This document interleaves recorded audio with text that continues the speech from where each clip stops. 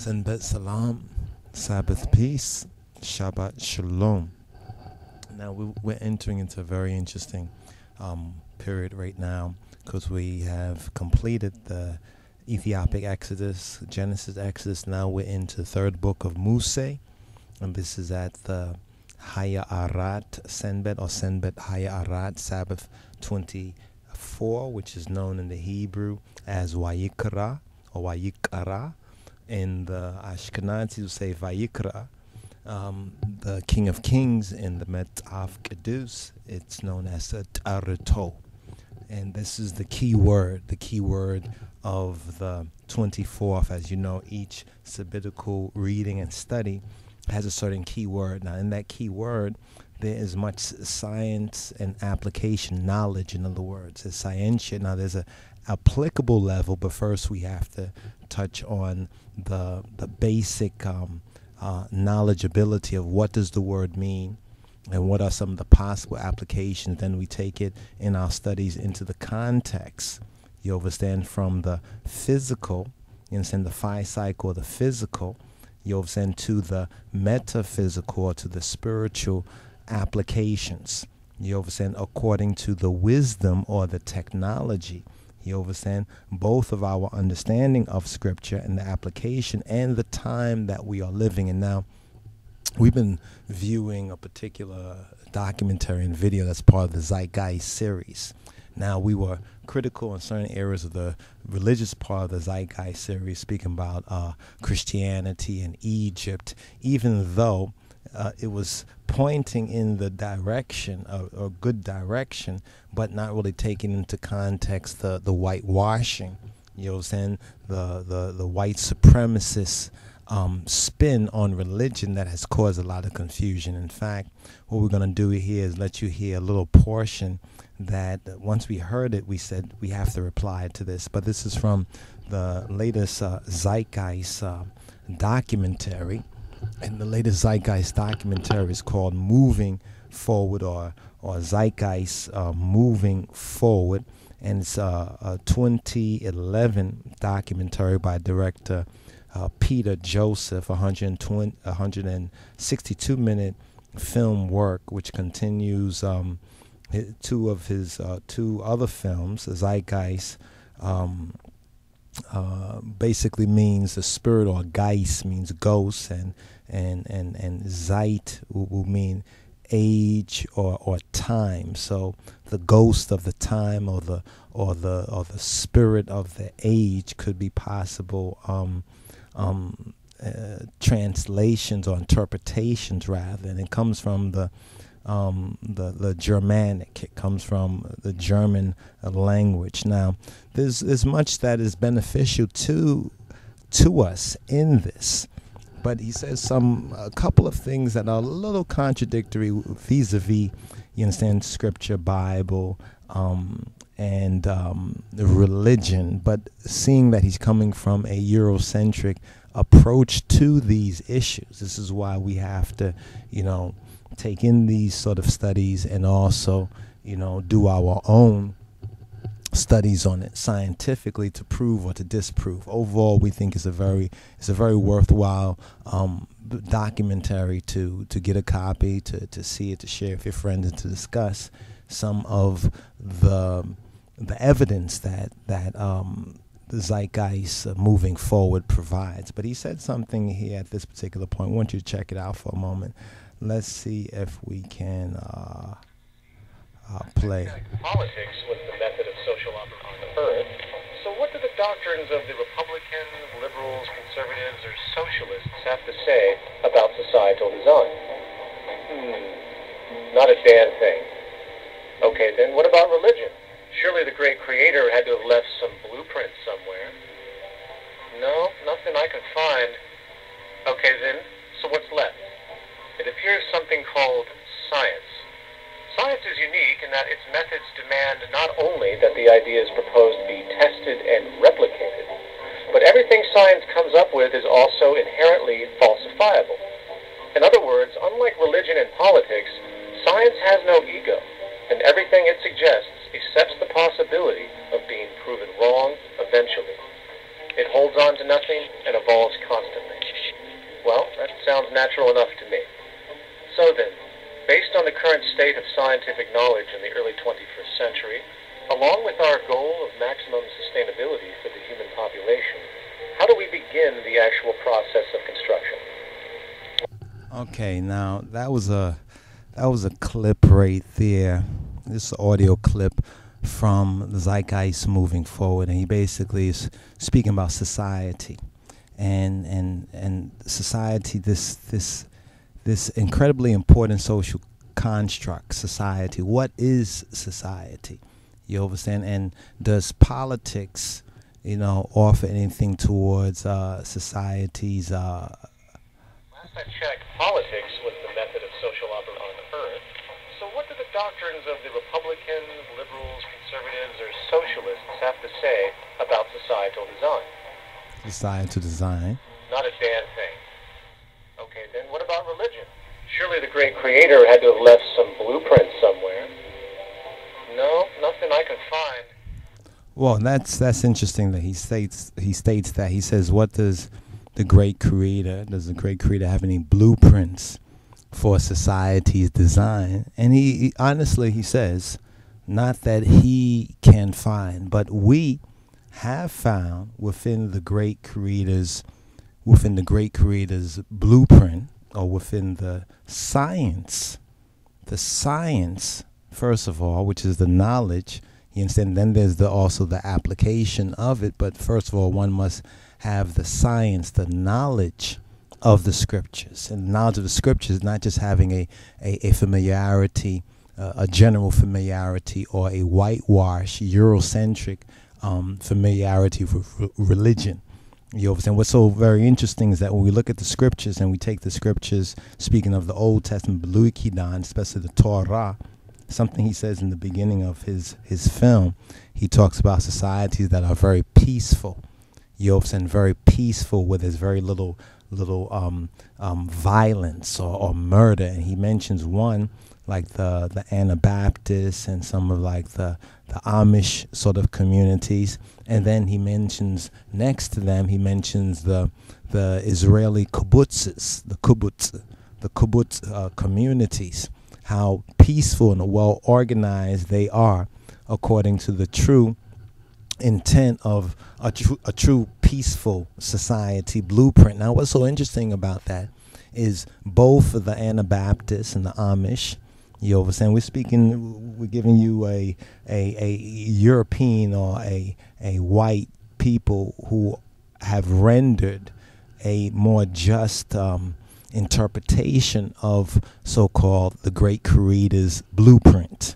You understand? So he kind of contradicts himself, but generally, overall speaking, we understand why he has a focus on science. But for us, science, scientia, which is the Latin, and then when we go to the scripture, we find that in the very first part about the knowledge, the whole idea of the knowledge of good and evil, so forth and so on, which is the science in the Bible. A very interesting part, but it has been so woefully misinterpreted. But the documentary is still a good documentary. But what about society design? Since we are the line of Judah society, we've been asked, well, why have you called yourself society? Why the line of Judah society?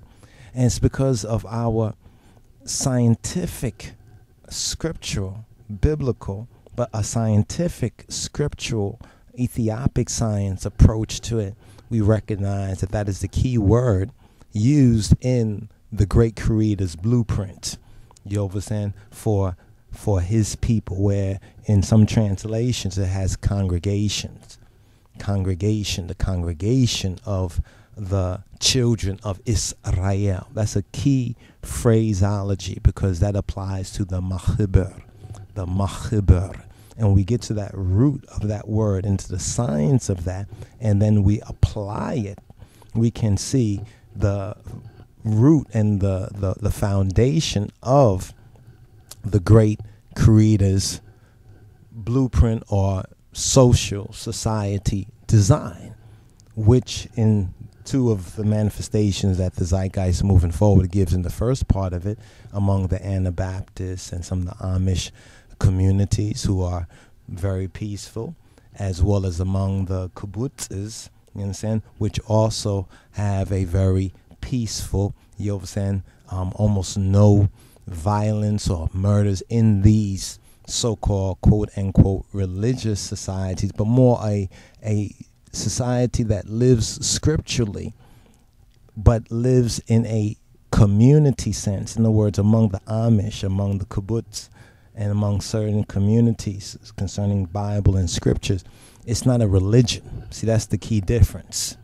They're not schizophrenic. They're not going one day or so a week and then being religious, then going back in the world the other days. But they're living within a community which is constructed at its core and at its root from the same blueprint that I don't know if this was the one narrating it, perhaps that was Peter Joseph that was directing or narrating the film. We got to look at it again, but he says he looks into, you know, the great book of the great creator leave any sort of blueprint, and he says not that he can find. Well, that's very honest, not that he can find, but some of the ideas that they propose thereafter for a true resource economy just struck us so very, very interesting, because some who have been following our broadcasts on the Ethiopian World Net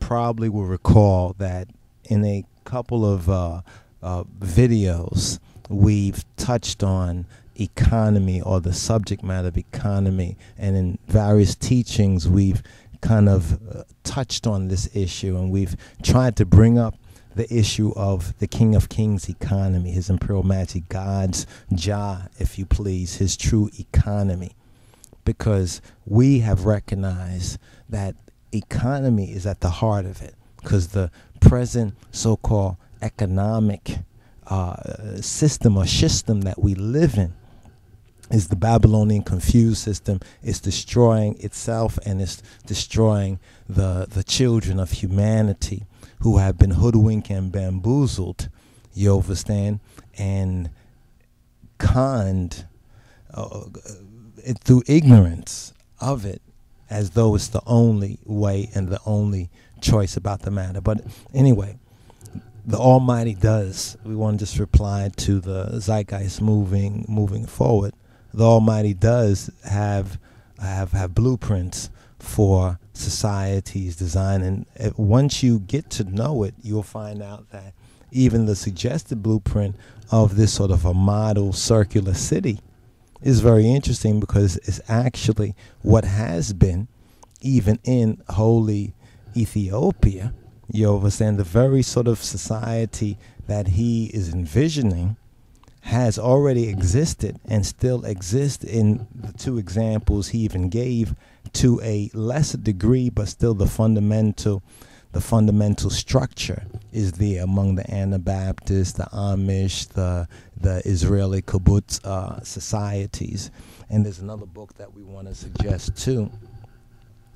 It's called Judaism and Vegetarianism. Don't let the name throw you off. This particular book by Richard H. Schwartz, Ph.D., is perhaps, and it's from the B'nai B'rith Book Club selection. The ISBN is 916288-28-5. That's 916288-28-5. And the name of the book is Judaism and Vegetarianism, and the author is Richard H. Schwartz, Ph.D. This is very important, and reading and perusing this book is so key that we as Rastafarians, especially as Ethiopian Hebrews, get to check this out, because this kind of shows why some of the Gentiles, you understand, have been found worthy by our God and our Father, while others of them have gone astray from it. There's some who truly and faithfully do receive the Torah and Judaism and the true teachings of the Bible with reverence of Yahweh Eloheinu. And it's not good to just blanket judge ones or judge ones based on so-called their race or because they're European or white. And when we speak about these issues, we're talking about systems, Keely, and ignorant folks that go along with systems out of ignorance to put a stop to their madness. But at the same time, in justice and all fairness and honesty, we have to recommend those whom, from our own weighing and balance of it, as well as looking into the prophetical scriptures, they will receive a name greater than that of sons and daughters because they have joined themselves to Yahweh Eloheinu in spirit and in truth. So this is another book that excuse me, this is another book that we highly suggest that you get a copy of it, and it's going to come up in some of our future studies, and it's definitely a very important book for us as we seek to apply the laws, you understand, learn the laws, learn the science. When we talk about laws, these are scientific laws, laws of society, the scriptures. But since the Holy Bible has been so woefully misinterpreted, so much of the barakat, or the blessings, have also been missed through the whitewashing and the misinterpretation, the misapplication, and the turning of the scriptural, the holy way of life into a like one or so day a week so-called religion among the ignorant or the unlettered or unlearned, the unread, these who don't really read and study the scriptures, you understand, but have a sort of a blind faith. But if they were to study the scriptures, they would learn that blind faith is not acceptable with the very same God that they have blind faith just saves them because of their blind faith. There's no such thing written in and according to his law. So on the issue of religion, we're not a religion. You understand? However, in this society, sometimes these terminologies, because that's the limit of many one's understanding, we have to reach them where they're at in order to take them where they need to go. So we have to be able to say, okay, as far as a religion, yes, you can say we are of the Hebrew or the Judeo-Christian as a religion, but moreover, it's a way of life, and then begin to give examples and to explain. You know what I'm saying? It's a part of the process of education. But we are seeking to move toward a sustainable community. You know what I'm saying? A holy and a holistic and a sustainable community based on the principle, and this is key, of resource economy, a sustainable community, a community whose very foundations, you understand, whose foundations are in tune with the living laws of God's creation. You see, true science vindicates a true interpretation of the Bible, a true interpretation of Scripture, whether it be Torah or whether it be Hadith Burit Hadasha, Hadith Kidan, New Testament, whether it be the apocryphal books or scriptures, when it's properly and rightly interpreted. You see, unfortunately, like with so many things, in this present Babylonian or confused society, those issues concerning the word and the truth of the Almighty have been twisted, as so many other things have been twisted. But first it began with twisting the words of the Almighty. We find that right there in the very first section of the scripture, where it says that the serpent said, "Hath not God said?" And already the lies was beginning, because if you check it, just what's in the scripture, the fact of what's in the scripture, the Almighty said no such thing. But it was the most subtle of all the beasts, the nahas, you understand, or the serpent that lied from the very beginning. So that's a key something right there. And lied against the Almighty, lied against what the Almighty said. And unfortunately, Eve was not wise enough to perceive on it. And Adam, you understand, also displayed terrible leadership. And that's a lesson for us as black men. You understand, we have to recognize our culpability, you understand, in our fall and in our transgression and in the fall of our God-given social system. But here's the good news. The good news is, weep not, behold, the Lion of the tribe of Judah have prevailed to loose and to open, you understand, the book of the 7 seals. So that's the good news there, my brother. So stay tuned, more to come. This was a important point we just wanted to touch on. You understand, the Almighty's blueprint, you understand, society's blueprint contained in the scripture, and we hope to be able to get into some of the more details, you understand, as we move forward. Give thanks and praise. Stay tuned, more to come.